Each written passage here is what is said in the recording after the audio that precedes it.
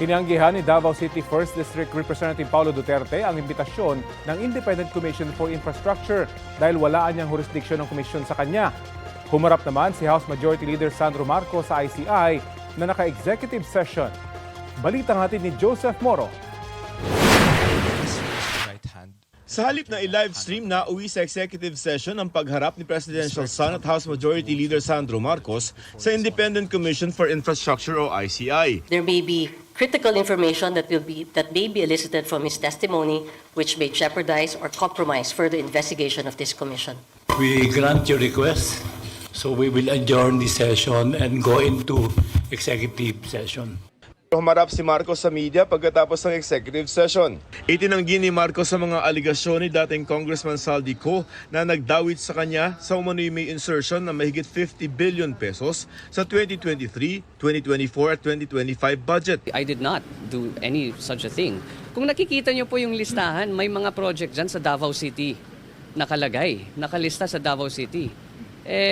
Alam naman natin sino nakatira doon, ba't ba ako maglalagay ng projects doon? Dagdag ni Congressman Marcos na sa ICI na kung gusto nitong imbestigahan ang kanyang amang si Pangulong Bongbong Marcos. Nauna ng pinaratangan ni Ko ang Pangulo na nasa likod umano ng 100 bilyong pisong insertion sa budget.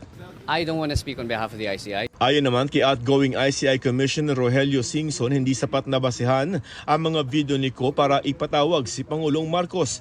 Inulit ni Singson ang imbitasyon ng ICI kay Ko na tumistigo kahit pa online. Ang dami niyang sinabi. Pero anong basis nun? Ganun-ganun na lang ba? Again, that's what happened in the Senate. Nagbanggit ng mga pangalan, isang katerba. When we started interviewing those that were mentioned, talagang walang koneksyon. For either it was highly politically motivated or some other reason, we don't know. Inimbitahan ng ICI si Davao City 1st District Representative Paulo Duterte pero tinanggihan nito ang imbitasyon ng komisyon. Kwestiyon ni Congressman Duterte ang jurisdiksyon ng komisyon sa kanya. Sabay giit na vague o malabo ang imbitasyon nito.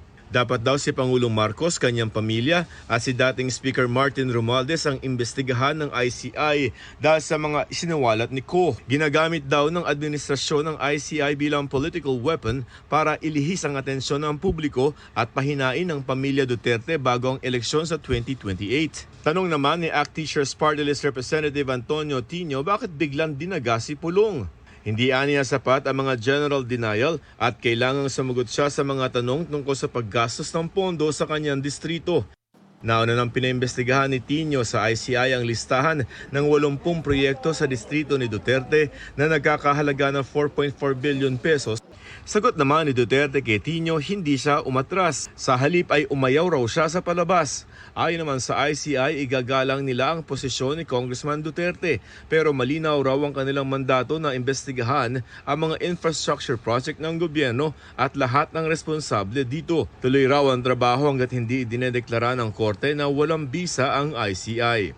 Joseph Morong nagbabalita para sa GMA Integrated News.